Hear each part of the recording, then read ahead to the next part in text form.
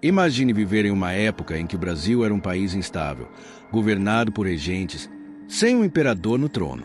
Agora, imagine um grupo de homens dispostos a pegarem armas contra o governo central, proclamando uma república independente dentro do próprio território nacional.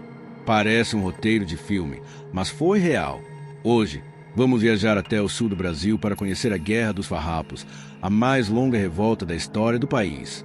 Uma guerra que durou 10 anos, que transformou o Rio Grande do Sul em um campo de batalhas sangrentas, heróis improváveis e alianças surpreendentes. Vamos entender por que essa guerra aconteceu, quem foram os personagens que a protagonizaram e como essa revolta moldou o Brasil que conhecemos hoje. A Guerra dos Farrapos não surgiu do nada. O Brasil vivia um período de grande instabilidade. O imperador Dom Pedro I havia abdicado do trono em 1831, deixando seu filho Dom Pedro II ainda criança. Sem um imperador capaz de governar, o Brasil passou a ser comandado por regentes, o que gerou descontentamento em várias partes do país.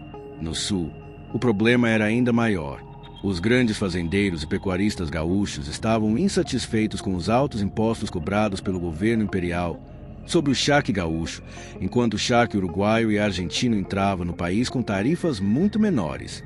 Era uma questão de sobrevivência econômica para o Rio Grande do Sul.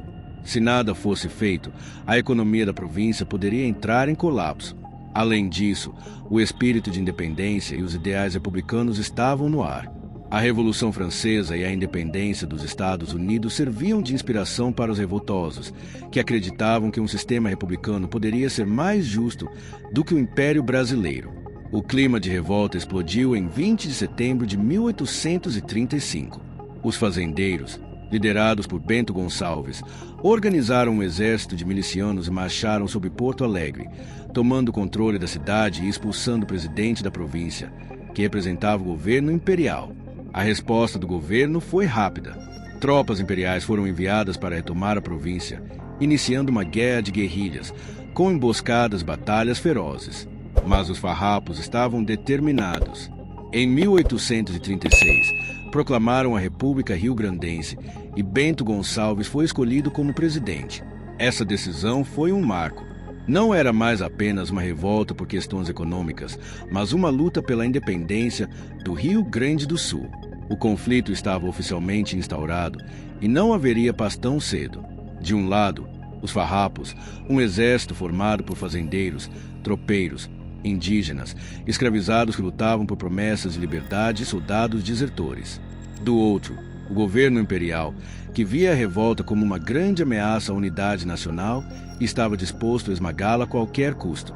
Bento Gonçalves era o grande nome da revolta, um estrategista militar respeitado e um líder carismático. Mas ele não estava sozinho.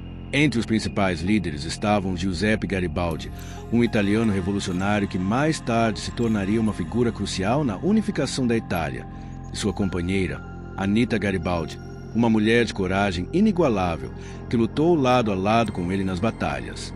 Outro nome de destaque foi Antônio de Souza Neto, responsável por proclamar a República Rio-Grandense em 1836. O general David Canabarro também teve um papel essencial, liderando diversas batalhas contra o exército imperial. Em 1839, os farrapos tentaram expandir a revolta e proclamaram a República Juliana, em Santa Catarina.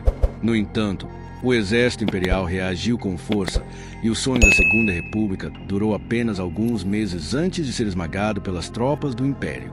Os anos passaram e a guerra se tornou cada vez mais difícil para os farrapos.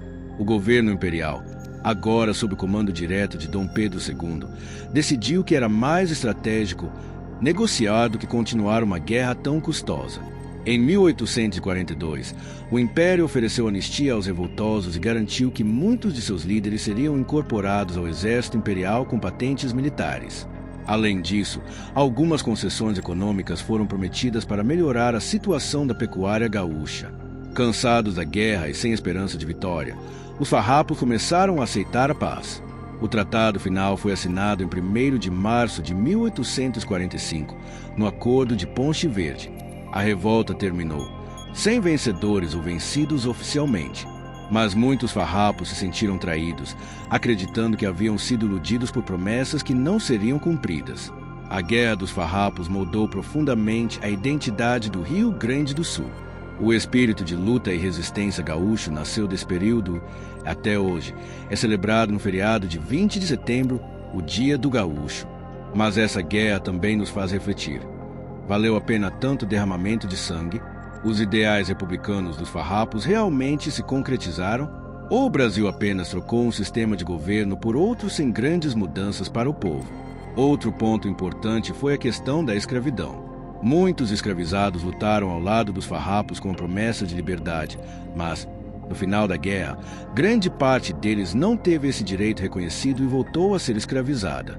A revolta também demonstrou a fragilidade do governo central e a insatisfação das províncias com o modelo imperial, o que futuramente contribuiria para o movimento republicano que derrubaria a monarquia em 1889. E você? O que acha dessa revolta? O Rio Grande do Sul poderia ter se tornado um país independente. Se essa história te fez pensar sobre o Brasil e suas origens, compartilhe esse vídeo para que mais pessoas conheçam essa parte da nossa história. E se inscreva no canal para não perder as próximas histórias que marcaram o nosso país. Nos vemos no próximo vídeo.